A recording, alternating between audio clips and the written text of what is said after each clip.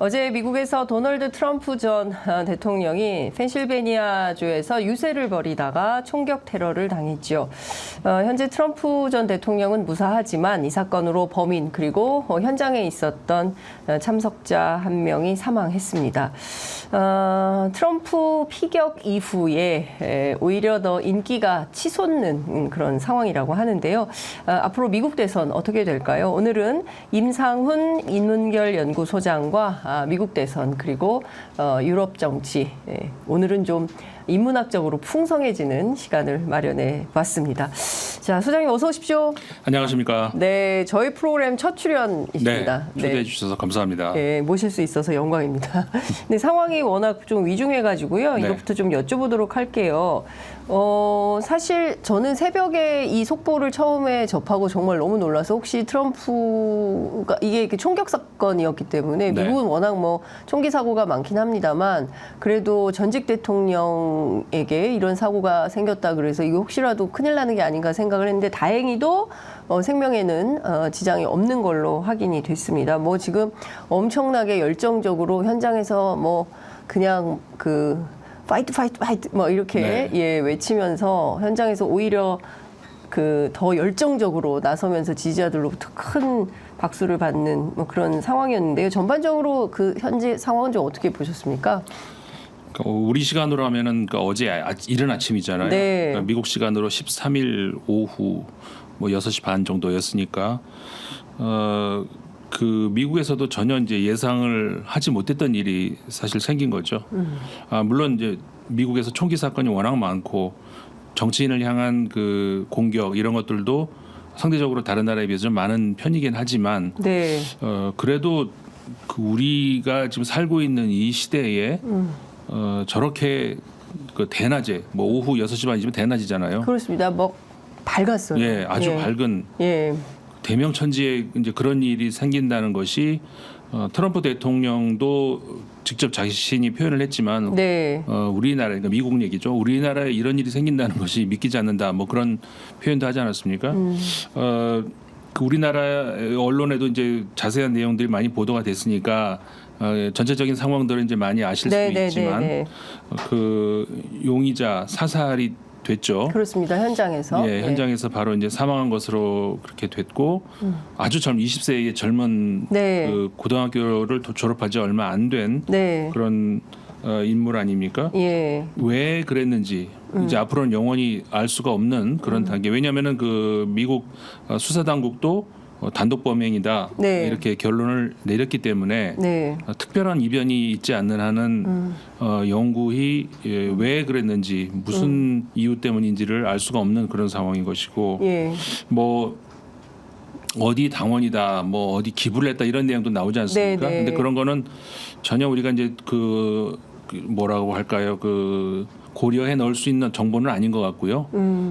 공화당원이라고 하지만 그거는 얼마든지 당원은 내가 어떤 그 음모를 꾸미려고 생각하면은 입당할 수 있는 거잖아요. 일부러 위장해서 입당할 수 있는 문제이기 때문에 공화당원이라고 해서 무슨 정보를 우리가 이제 얻을 수 있다든가 그것도 아니고 그리고 반대로 또 민주당 계열의 단체에다가 이제 기부금을 냈다는 거 그것도 마찬가지. 그렇다고 해서 우리 돈으로 한 2만 원 정도 뭐 기부를 한 거니까 그 돈 뭐 민주당 그 계열의 정당 그 단체에다 기부를 했다고 해서 그것도 역시 어떤 그 우리한테 무슨 유효한 정보를 주는 건 아니죠. 그렇기 때문에 어느 뭐로 보나 현재로서는 범행 동기 같은 것들은 전혀 알 수가 없는 그런 상황에 놓여 있는 것이죠.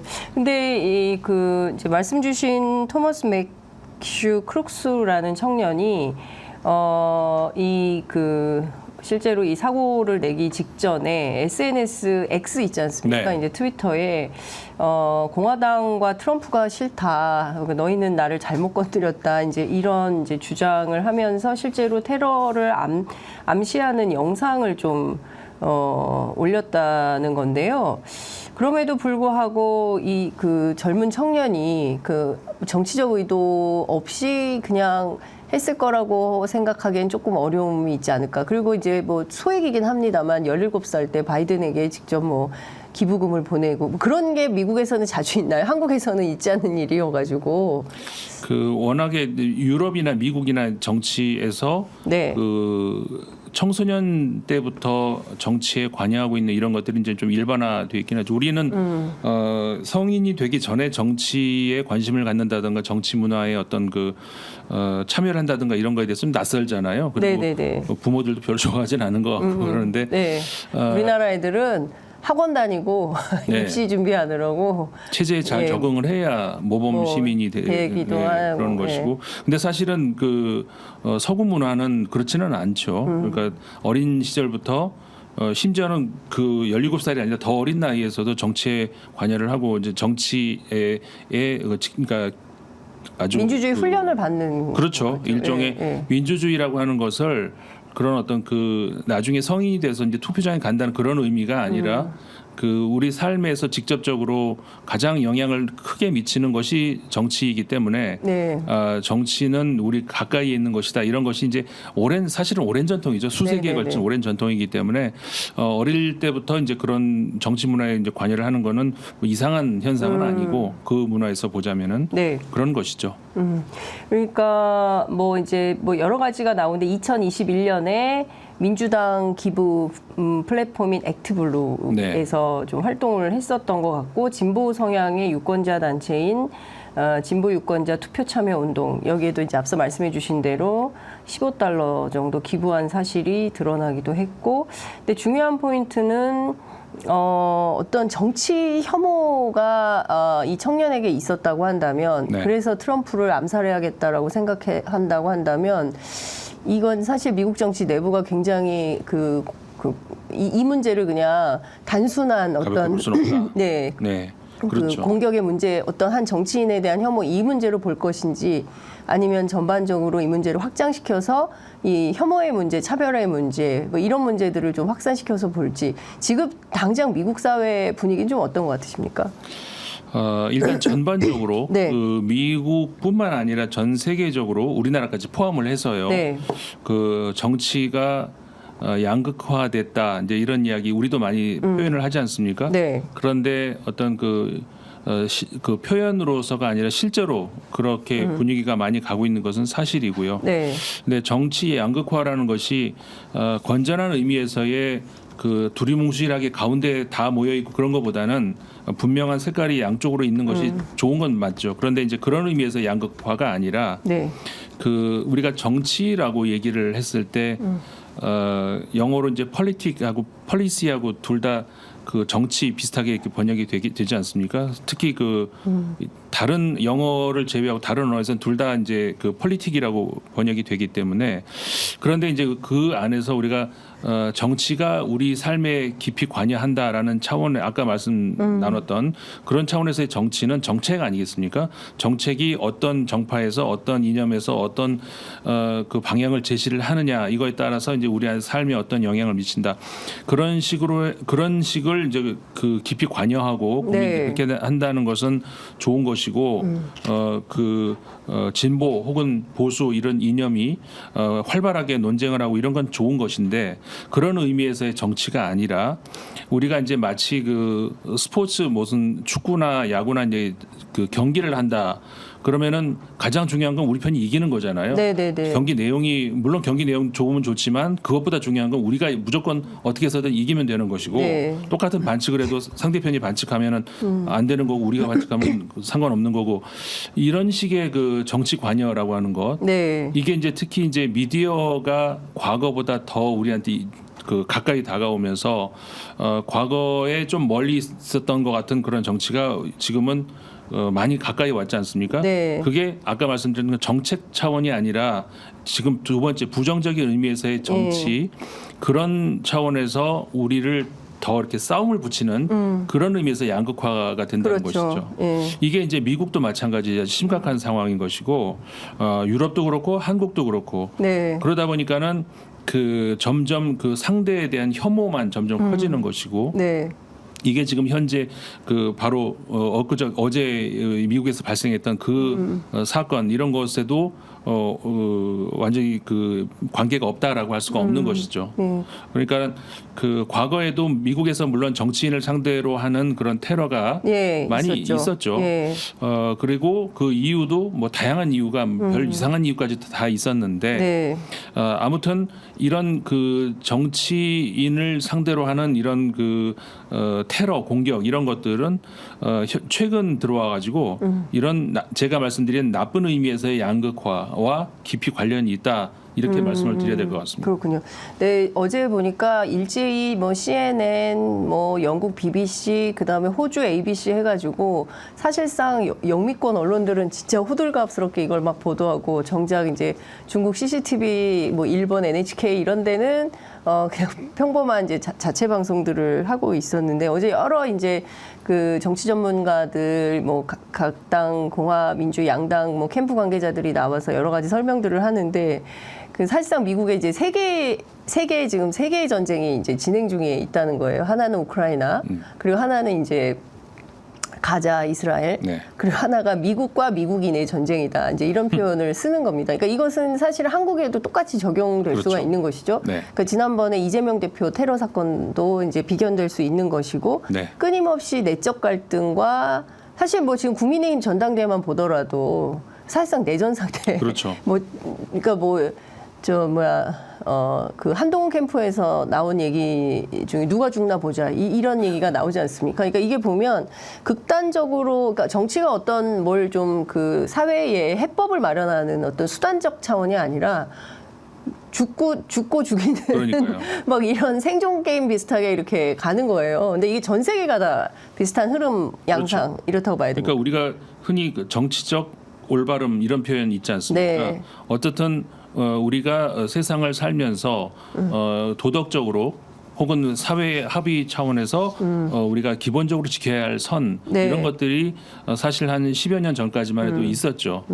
아무리 내가 그 누구를 지지해도 아무리 내가 누가 싫어도 넘어서는 안 되는 그런 선이 있었고 근데 그런 선들이 점점 무너지고 있다는 것이죠. 좀 전에 말씀하셨던 그 국내 정치에서도 나오는 것이고 그러니까는 그 정당 대 정당 사이에서의 경쟁 관계뿐만 아니라 지금 말씀하셨던 한 당 내부에서의 어떤 권력 투쟁에서마저도 진짜 그 누가 죽나 네가 죽나 내가 죽나 보자 이런 단계까지 가는 그런 현실이기 때문에 그러니까 조금 전에 예를 들어주셨던 그 미국의 세계의 전쟁 미국 내부에서도 전쟁이 나고 있다는 그런 표현이 전혀 과장되지 않는다는 것이죠. 이게 사실 우리가 이 뉴스를 보면서도 먼 나라 이야기가 아니라 바로 우리나라에서도 벌어졌었고 유사한 그 사건이 있었고 이런 것이 언제 또 우리나라에서도 벌어질지 모른다는 이런 것 때문에 한국 국민들에게서도 이번 사건이 굉장히 충격으로 오는 것이죠. 근데 이제 중요한 포인트는 미국 대통령 선거가 이제 이번 그 피격 사건으로 어떤 결과를 만들어낼 거냐 이게 굉장히 중요한데 일단 앞서 말씀해 주신 대로 링컨, 케네디 뭐 등등에 이르기까지 사실 총격 사건 굉장히 많이 있었던 건데 이번에 이제 트럼프까지 하면 더 늘어나겠는데 바이든 대통령이 트럼프 전 대통령은 최고의 경호를 받아왔다. 그러니까 경호의 문제는 아닌 것으로 치환을 좀 하려고 하는 것 같은데 실제 이 문제가 현직 대통령인 바이든 책임으로도 문제가 없겠습니까? 그 뭐 이렇게 당신 책임져라 이런 문제 제기가 벌써부터 나오는 것 같던데. 뭐 사실 그 경호 문제가 전혀 비켜갈 수는 없죠. 책임 소지에서 이제 비켜갈 수는 없는데 그것이 그러면은 이제 현 바이든 정부의 책임이냐라고는 볼 수가 없을 것 같고요. 조금 전에 얘기해주신 것처럼 미국에서 지금까지 대통령을 향한 그 암살 기도가 지금까지 이번이 16번째인 것 같아요. 정확하게 제가 숫자는 뭐 정확하게 세보진 않았습니다만 과거 이제 앤드루 잭슨 대통령부터 시작을 해가지고 암살 기도까지 다 하면 15번, 6번 되는 것이고 실제로 그 중에서 4명 현직 대통령이 사망을 했고요. 가장 가깝게는 이제 우리가 잘 알고 있는 존 F 케네디 대통령이죠. 케네디 대통령 이후로는 미국 현직 대통령이 이제 암살로 사망한 경우는 없는데 하지만 암살 기도는 그 이후에도 계속 있었다는 것이죠. 우리가 사실 우리와 비슷한 세대의 그 전직 대통령들, 네. 예를 들어서 그 닉슨 대통령도 당하지는 않았지만 그렇죠. 기도가 있었고, 맞아요. 포드 대통령도 당하지는 않았지만 기도가 있었고, 클린턴 뭐 조지 부시 대통령 한 번씩 다 있었다는 것이죠. 네. 웬만한 우리가 알고 있는 대통령, 그리고 실제 레이건 대통령 같은 경우에는 사망할 수도 있었던 그런 그 총격을 그 받는 그런 네. 일들도 있었고, 그러니까는 미국 대통령 혹은 대통령에 준하는 전직 대통령 혹은 네, 네. 후보 예. 이런 그 VIP에 대한 경호 문제는 이번 그 바이든 정부에서뿐만 아니라 아주 오래전부터 계속 제기가 되어 왔던 것이고, 그 특히 미국 같은 나라가 이 총기를 소지를 할 수 있는 나라 아니겠습니까? 네. 그렇기 때문에 그것을 또 떼어내서 얘기할 수가 없는 것이죠. 총을 바로 쉽게 구입할 수 있는데 그런 그 테러 네. 연결이 안 된다는 것이 이상한 거 아니겠습니까? 미국이 총기를 소지하고 있는 어떤 그 명분이 그 자신을 보호하기 위한 것인데, 실질적으로 자신을 보호하는 데에 총기가 많이 쓰였는지, 아니면 자신을 그렇죠. 해치는데 혹은 남을 해치는데 많이 쓰였는지는 그들도 한번 생각을 해봐야 되는 문제라는 것이죠. 총기 규제에 대해서는 매번 나오지만 미국 정치 안에서 이게 이해관계가 사실 뭐 로비스트들도 너무 많고, 그렇죠. 사실 제일 큰 로비 단체가 그렇습니다.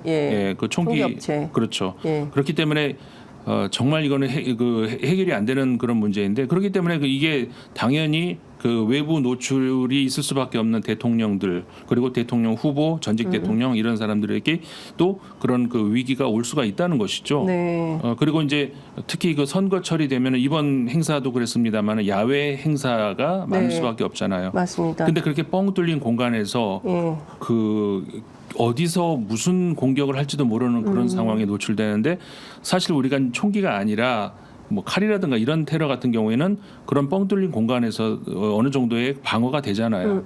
근데 총은 방어를 할 수가 없는 거 아니겠습니까? 그렇죠. 그 사실은 원거리에서 쐈던 거. 그렇죠. 이번에도 지금 뭐 150m, 150m라고 하잖아요. 앞에서 쐈다고 하긴. 높은 데 올라가서. 그러니까요. 그 정도 거리에서 조준하고 하는 걸 진짜 어떻게 막겠습니까? 물론 근데 들어갈 때 뭐 소지품 검사 같은 거는 안 하나요? 근데 워낙 그게 뭐 보호용으로.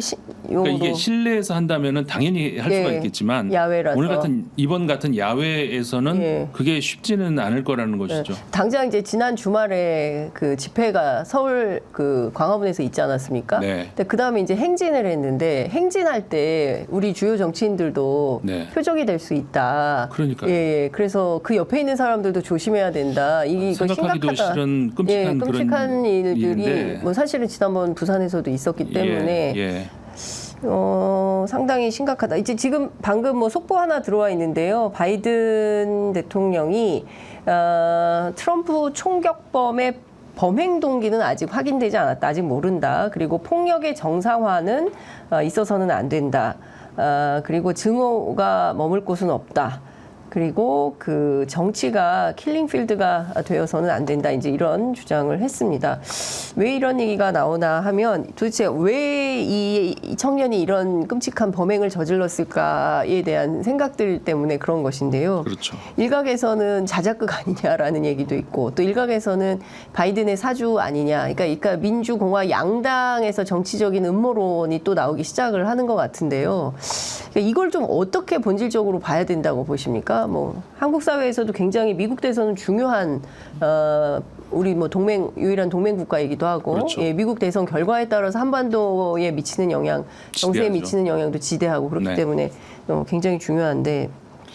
사실 그 미국의 정치인의 동향 이런 것들은 다른 나라 정치인하고는 비교를 할 수가 없죠. 네네. 말씀하신 것처럼 국내의 웬만한 정치인보다도 더 한국 정치에 영향을 미칠 수 있는 그런 그 인물들이고, 미국의 이제 주요 정치인들 같은 경우에는 그렇기 때문에 그 동향들이 우리로서는 굉장히 중요한 그럴 수밖에 없는 그런 것인데, 미국 사회에서 이런 그 사회의 혼란 이런 것들이 미국 정치에 미칠 수 있는 영향, 그러니까는 이거는 누가 대통령이 될 것인가라는 문제가 한국에 미칠 수 있는 영향이 굉장히 큰데, 근데 누가 대통령이 되느냐의 문제에 영향을 미칠 수 있는 것이 한국에서 할 수 있는 것이 아무것도 없을 때, 그리고 한국하고는 아무 관련이 없는 문제가 그렇게 이제 그 관여를 해서 그 영향이 이제 한국으로 영향을 미칠 수 있을 때 이랬을 때 이제 우리 입장에서는 참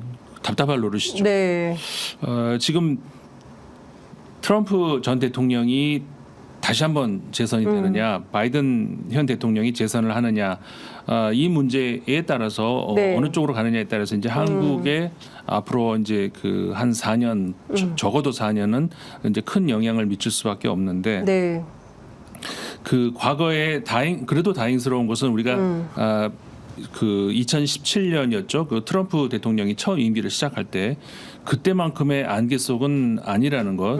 사실 그때 우리 많은 분들이 기억을 하실 겁니다. 2017년 트럼프 대통령이 당선이 됐을 때 앞으로 이 한반도가 어떻게 될 것이며 네. 뭐 우리나라뿐만이 아니고 전 세계가 이게 어떻게 흘러갈 것인지에 대해서 깜깜한 그런 그 속에 있었다가 네. 4년을 그래도 경험을 해봤기 때문에 현재의 우리는 그래도 어느 정도는 이제 대비를 할 수 있기 때문에 네. 그때만큼의 걱정을 할 그런 뭐 문제는 아니고 뭐 바이든 대통령 마찬가지 우리가 이제 그 4년을 경험을 해봤기 때문에 네. 그렇게 이제 우려할 만한 그런 상황은 아니다. 다만 이제 그 트럼프 대통령이 만약에 재선이 된다라고 했을 때 우리가 예상할 수 있는 그런 시나리오들이 있잖아요. 네. 다시 한번 그 미군이 한국에 이제 한반도에 주둔을 하는 것에 대한 한국의 분담금을 더 요구를 할 것이고. 예, 방위비 분담금 뭐 예. 그런 거는 뭐 우리가 그거야 예측을 뭐. 예, 할 수 이미 있는 예. 그런 거죠. 트럼프가 이미 얘기하기도 했고요. 네, 예, 그렇죠. 니네 방위는 니네가 하지 않으면은 주한미군 철수시키겠다 뭐 이런 것까지 얘기를 그렇죠. 한 터기라. 예. 근데 이 과거에 그러니까 그 트럼프 대통령이 지난번 그 임기를 할 때도 뭐 저뿐만 아니라 그런 말씀들을 많이 아마 하셨을 것 같은데 저도 그런 주로 했던 얘기가 이게 그 트럼프 대통령 그다음에 바이든 대통령을 비교를 하면은 바이든 대통령은 그냥 축구공이나 농구공 이렇게 조용히 굴리면은 굴러가는 그런 모습이라는 것이죠. 그러니까 예측이 어느 정도 된다는 네, 것이죠. 네. 근데 예측되는데 가는 방향이 보니까 별로 우리가 원하는 방향이 아니라는 아닌 방향으로. 거죠. 그러면 예측은 되지만 그 우리가 기대할 수 없는 그런 거. 네, 네. 반면에 트럼프 대통령은 럭비공. 네. 그러니까 예측을 할 수가 없는 것이죠. 그러니까는 완전히 폭망할 수도 있지만 네. 요행을 바라면 또 오히려 잘 될 수도 있는. 그러면은 그 예측되는 안 좋은 방향으로 가려는 것을 우리가 기대해 봐야 되느냐? 예. 아니면 요행을 바라더라도 혹시라도 잘 될지 모르는 럭비공을 바라야 되느냐? 예. 글쎄요. 뭐가 나을지는 뭐 각자가 판단할 일이지만 네. 민주당이 그러니까 정권을 재창출한다고 해서 네. 더 나아질 것이라든가 뭐 아니면 뭐 공화당이 그렇게 했을 때 더 나을 것이라든가 이런 것에 대한 어떤 어느 쪽이 더 낫다는 판단은 사실은 전 개인적으로는 뭐 하기 어려울 것 같아요. 뭐 장단점이 있겠죠. 그렇군요. 어쨌든 지금 뭐 미국 사회도 굉장히 이 이슈로 흔들리고 있긴 한데 그런데 이제 이미 그 위스콘신 밀워키에 트럼프가 도착을 해서 여전히 아주 강건한 모습을 보이고 있고 저희가 보니까 뭐 그 총격 피격된 사진이 있지 않습니까? 네. 이제 그 파이트 외치면서 뒤에 성조기가 걸려 있고 뭐 저희 뭡니까? 그 사진은 네, 엄청난 일부러 연출을 하려고 해도 네, 바로 저 사진이죠. 저 티셔츠가 티셔츠 벌써 있는 사진. 예, 불티나게 팔리고 있다고 하고요. 총성 3시간 만에 티셔츠가 벌써 뭐 그러니까 주문이 쇄도를 하고 있다고 하고 저런 것 때문에 아까 기자님 말씀하셨던 네. 그 음모론이라든가 뭐 예. 기획론 이런 것들이 나오는 거 아니겠습니까? 예, 예. 너무나도 빠른 시간 그리고 저 사진을 어떻게 또 잘 찍었는지 예. 저거는 이제 퓰리처상 받은 기자가 그렇죠. 또 한번 촬영을 또 한 번 받게 될 것 받을 것 같고 같아요. 저 어떻게- 사진이 미국의 역사를 또 한번 예. 예. 어떻게 연출을 하려도 저렇게 하기는 어려운데 네. 뭐 그러다 보니까 저는 물론 믿지는 않습니다만 그러다 보니까는 기획 뭐 그런 얘기가 기획설? 나오긴 나오는데 예. 그리고 참 트럼프 그러니까 이런 이야기도 사실 함부로 하면 안 되지만 네. 결과적으로는 트럼프 대통령이 큰 부상은 아니었고 사실 불과 몇 시간 만에 또 비행기 타고 이동하고 뭐 6시간 만에 예, 이동하고 지금 뭐 굉장히 뭐 강인한 모습에 미국인들이 열광하고 있다. 큰 부상은 다행히 아닌 살아남은 것으로. 순교자다. 이렇게 지금 미국 사회가 흥분을 하고 있는 것 같고요. 그러니까 예, 미국의 새로운 상징이 되었다. 트럼프가. 트럼프 대통령 본인을 위해서는 오히려 결과적으로는 잘 된 거죠. 정치적으로. 정치적으로. 사실상 저 사진 한 장으로 이번에 미국 대통령 선거 끝난 거 아니냐. 그러니까 우리 시간으로 이제 내일 15일이죠. 미국 그 공화당 전당대회에서 최종 대통령 후보를 결정하고 그 자리에서 부통령 후보를 발표를 하게 될 텐데 저 사진 한 장으로 미국 대선 이미 끝난 거 아니냐라는 그 전망이 벌써부터 나옵니다. 그러면 지금 상황에서 미국은 사실 지난번에 민주당은 지난번에 그 바이든 TV 토론에서도 뭐 엉뚱한 소리를 하고 뭐 인지력 테스트를 받아야 하는 거 아니냐. 근데 그걸 뭐 거부를 하고 예, 그리고 이제 강행을 한다는 거고. 근데 미국 내부에서도 민주당 내부에서도 후보 교체가 필요한 거 아니냐. 연서명 의원총회도 하고 있고 뭐 등등의 이제 얘기들이 계속 나오고 있는데 바이든이 고할까요? 아니면은 후보 교체를 해서 11월 대선까지 좀 미국이 미국 민주당이 좀 후보를 바꿔서 좀 상황을 좀 바꾸려고 해볼까요? 어떻게 전망하세요? 현재의 상황으로만 계속 흘러간다는 전제 하에서는 저는 후보가 바뀔 일은 없을 것 같아요. 왜 그렇게 보십니까? 현재 바이든 대통령이 계속 그 강행을 한다는 의지가 워낙 확고하기 때문에 현직 대통령이 하겠다 그러는데 그걸 막을 수 있는 방법은 사실상 없죠. 그러니까 현재까지의 상황, 맥락 이런 것들이 지속된다는 전제 하에서 그런 것이고 그런데 만약에 앞으로 다른 변수가 또 등장을 한다면 예를 들어 TV 토론을 또 했는데 정말 이거는 수습이 안 되는 그런 상황까지 간다던가 그리고 지금 현재 거액 기부자들이 바꾸지 않으면 우리는 더 이상 기부 안 한다는 그런 그 계속 그 경고를 미국에서 경고를 하고 있지 않습니까? 그런 상황에서 진짜 민주당 입장에서 이거는 큰일 나겠다 싶은 상황까지 간다면은 사실 그 제도적으로는 이미 이제 불가능하죠. 그럴 만한 시간은 없고 그 후보를 바꿀 시간은 이제 안 되는데, 그러니까 유일한 방법은 바이든 대통령 본인이 스스로 물러나겠다라고 발표를 하는 것 이외에는 다른 방법은 이제 전혀 없죠. 그렇기 때문에 이제 현재 같은 맥락에서 계속 그대로 흘러간다면은 후보가 바뀔 일은 전혀 없다고 보여지는데 다만 앞으로 이제 변수가 생겼을 때 그거는 만약에 바이든 대통령이 이제 물러나겠다고 했을 때는 지금까지의 그 대의원을 확보하기 위한 경선을 쭉 치렀지 않습니까? 근데 그 대의원들이 확보가 됐지만 트럼프 본인이 죄송합니다. 그 바이든 대통령 본인이 그만하겠다고 하면은 그 확보된 대의원들이 다른 사람 찍을 수는 있거든요. 그러니까 그거는 뭐 제도적으로 불가능한 건 아니니까. 그러니까 후보를 바꾸면 그 바이든 말고 새롭게 교체된 미국 민주당 후보를 찍을 수 그러니까 있으니까. 지금 우리 했던 것처럼 그 순회하면서 그 대의원을 확보하는 그 행사는 이제 못 하는 건데 확보된 대의원들이 다른 후보, 그러니까 바이든 대통령이 확보한 그 대의원이 다른 사람 찍으면 안 된다 그런 법은 없거든요. 그렇기 때문에 본인이 물러난다고 하면은 다른 후보를 그러니까 이미 이제 다른 후보가 나와야 되는 것이죠. 정식으로 후보가 몇몇 이제 거론되는 인물들이 있긴 있습니다만은 지금까지는 사실상 존재감이 미미하거나 아니면 본인이 전혀 그 나올 의사가 없거나 뭐 그런 상황이기 때문에 저 바이든 대통령이 계속 이제 그 강행을 할 가능성이 높다 이렇게 봐야 될 것 같습니다. 근데 이틀 전만 하더라도 미국 그 하원 의원 총회를 열어서 후보 교체에 대해서 적극적으로 뭐 검토를 해봐야 되는 거 아니냐. 그러니까 이대로는 좀 불가하다. 그러니까 실수를 지난 토론에서 너무 많이 했고 사실상 조금 좀 그 건강 상태가 너무 안 좋아서 계속 직을 유지하기도 어려워 보인다 이런 비판도 좀 있고 한데 지금 상황에서는 어찌됐든 안정 기조를 이어가야 되기 때문에 바이든을 이제 본인이 그만두지 않는다고 하는 이상 그냥 갈 수밖에 없다. 그러면 선거 결과는 너무 뻔한 그렇습니다. 그러니까 선거 결과가 네. 미국의 이제 정치 제도가 우리하고 또 많이 다르지 않습니까?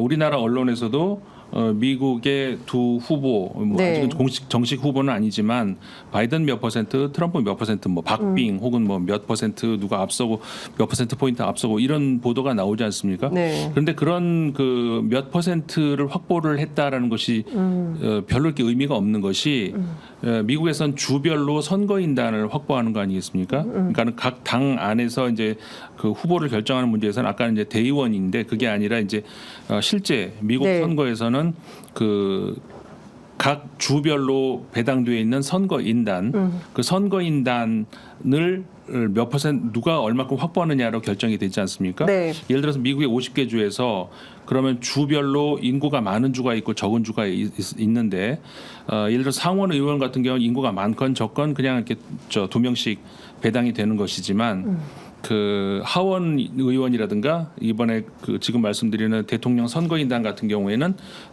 그 인구가 많은 주에는 많은 수의 선거인단이 있는 것이죠. 예를 들어서 미국의 이제 캘리포니아 주 같은 경우에는 인구가 이제 가장 많지 않습니까? 선거인단이 가장 많이 배정되어 있는데 거기는 민주당이 아주 강한 그런 지역이죠. 그러면 거기에 배당되어 있는 선거인단 전원을 만약에 민주당이 승리한다 그러면 민주당이 가져가는 건데 네. 이런 식으로 전국을 다 더해가지고 누가 이기느냐 아니겠습니까? 네, 네. 그런데 지금 예를 들었던 캘리포니아주 같은 경우에 그 민주당의 지지율이 이제 굉장히 높다는 것이죠. 그런데 민주당의 지지율이 거기서 높으면은 민주당한테 별로 유리하지 않다는 것이 네네. 그냥 51%로 이겨도 선거인단 전원을 확보하는 것이고 99%로 이겨도 선거인단 전원을 확보하는데 예. 그러니까 거기서 99%의 그 지지율을 얻었다라고 해도 선거인단을 더 얻어오는 건 아니기 때문에 네네. 미국 전체에서 우리가 트럼프 대통령이 몇 퍼센트 지지, 바이든 대통령이 몇 퍼센트 지지 이게 별 의미가 없다는 것이죠. 그러니까 주별로 어디에서 누가 승리를 하느냐를 따져봐야 되는데 그러니까 일일이 이제 제가 따져봤는데 예를 들어서 이제 우리가 이거는 무슨 일에서도 민주당이 이긴다라는 주가 있지 않습니까? 네네. 뭐 전 세계가 다 있죠, 지역별로. 미국도 있습니다. 이 구는 그러니까 이 주는 무슨 일이 있어도 이제 그 공화당이 이긴다 이런 주가 예를 들어 텍사스 같은 경우에는 무슨 네. 일이 있어도 이제 뭐 공화당이. 이죠. 지금까지는 그랬습니다. 앞으로 네. 변할 것 같아요. 그 텍사스 같은 경우는. 네.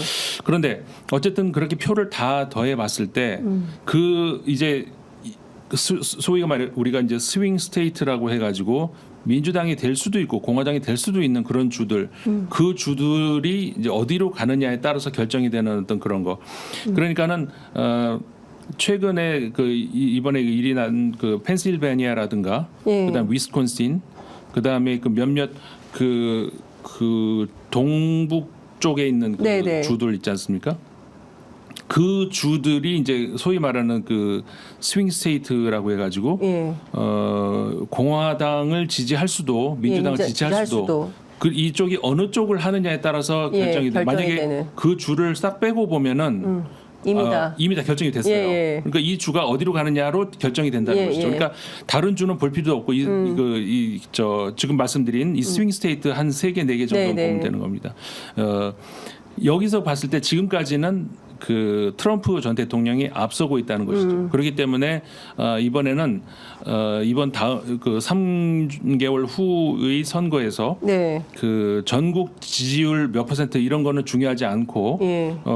바로 그 스윙 스테이트의 그 지지율이 현재로서는 트럼프 전 대통령이 높기 때문에 트럼프 대통령이 재선될 가능성이 높다라고 볼 수가 있는 것이고 네. 다만 미시간이었던가요? 최근에 그 중에 하나 스윙 스테이트 중에서 한 주 같은 경우에는 최근 들어서 약간 바이든 대통령 쪽으로 좀 넘어가는 그런 양상이 있습니다. 네. 그러면 그거를 그 민주당 지지주로 이렇게 넘겨서 본다면은 그래도 트럼프 대통령이 승리할 가능성이 높아요. 그러니까 높은 게 아니라 그렇게 산술적으로 계산하면은 네. 공화당이 이긴다는 것이죠. 그래서 그 스윙 스테이트의 몇 개의 주, 미시간주, 펜실베니아주, 그다음에 위스콘신주 네. 여기서 어떻게 승부가 나느냐 이것만 집중해서 보면은 그 이번 선거의 결과가 보일 수 있는데 네. 어쨌든 트럼프 대통령이 유리하다 이렇게 봐야 될 것 같습니다. 그러니까요. 지금 뭐 속보들이 계속 들어오고 있는데 어찌됐든 범인이 재활요양원에서 식사보조원으로 일을 했고 학창 시절에 그는 주로 혼자 지냈고 주변이 별로 친구가 없었다라는 얘기들이 외로운 늑대의 가능성도 있다는 것이죠. 예, 그런 얘기들이 또 나오고 있습니다. 어쨌든 이제 중요한 포인트 중에 하나는 이제 트럼프가 미국 대통령이 됐을 때 이제 세계가 기조가 어떻게 바뀔 거냐 이게 굉장히 이제 중요한 포인트지 않겠습니까? 근데 전 최근에 이제 북한이 낸 논평 보고 굉장히 좀 웃음이 나왔는데.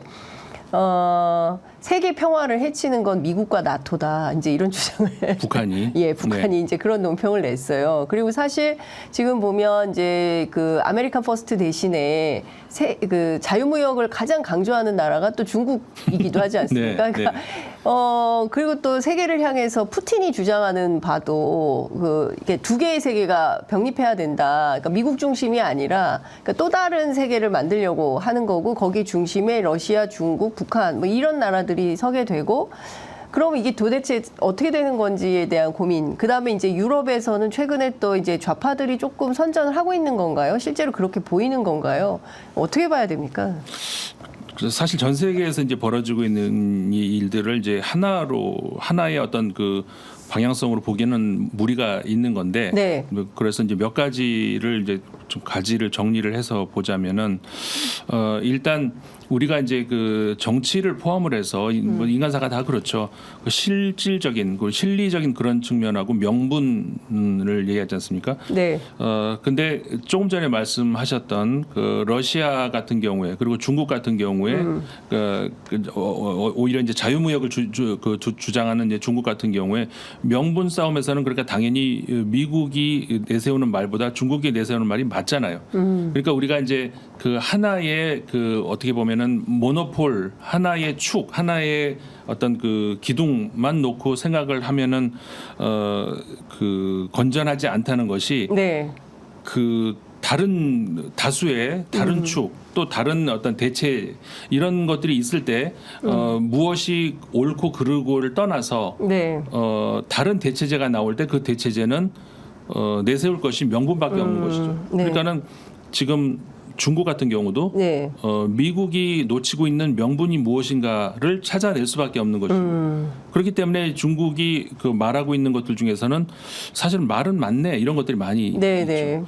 러시아가 말하는 것도 맞습니다.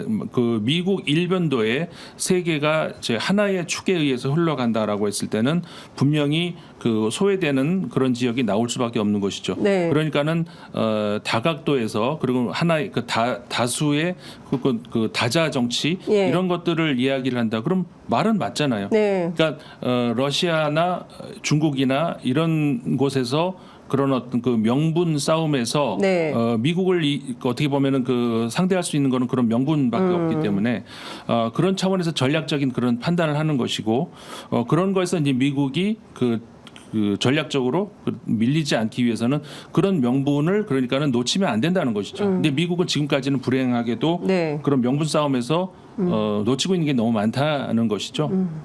우리가 이제 그러니까 직관적으로 보더라도 자유세계 우리가 동경하고 싶은 그런 자유세계를 향한 어떤 그런 그 방향성 이런 것들은 직관적으로 봤을 때 중국과 러시아가 추구하고 있는 그런 방향보다는 미국이 추구하고 있는 방향이 맞는 것들이 많이 있잖아요. 그러면은 그렇게 자유민주주의를 추구한다라고 했을 때 그 명분에서 그 너무 멀어지지 않는 그에 걸맞는 그런 것들을 미국이 놓치면 안 되는데 자꾸 요즘에 들어와서 이제 놓치고 있다는 것 이런 점들이 최근 들어와서 이제 미국이 그런 그 다자 외교에서 밀리는 요소가 되는 그런 게 있다는 그런 것이고. 근데 그게 사실은 트럼프가 되면 더 강화가 되지 않겠습니까? 뭐 장벽을 멕시코를 향해서 장벽을 더 높게 치고 이민 문제에 미국이 할 말이 없어지는 것이죠. 그러니까요. 더 극단적으로 대립하게 되고 혐오, 차별. 뭐 그동안 이제 우리가 소위 이제 자유진영의 이제 미국의 가치라고 알아왔던 이런 것들이 다 이제 무너지는 방식으로 가게 되면 더 심각해지는 거죠. 윤석열 대통령 같이 외교한다고 그랬는데 그러니까 어느 방향으로 어떻게 귀착이 된 가치 그래서 그 가치라는 것이 명분 아니겠습니까? 네. 그러니까 어떤 가치를 그러면 쫓아가야 되느냐 이것이죠. 네. 그리고 이제 그 아까 말씀하셨던 중에서 네. 이제 그 유럽 같은 경우에 점점 극우화되는 것 아니냐 네. 그런 이야기들도 많이 나오지 않습니까? 맞습니다. 그것은 이제 분명히 이제 우리가 사실이라고 봐야 되는 것이고 극우화의 어떤 그러면 이유가 무엇이냐라고 하는 것은 뭐 하나의 이유로 볼 수는 없지만 네.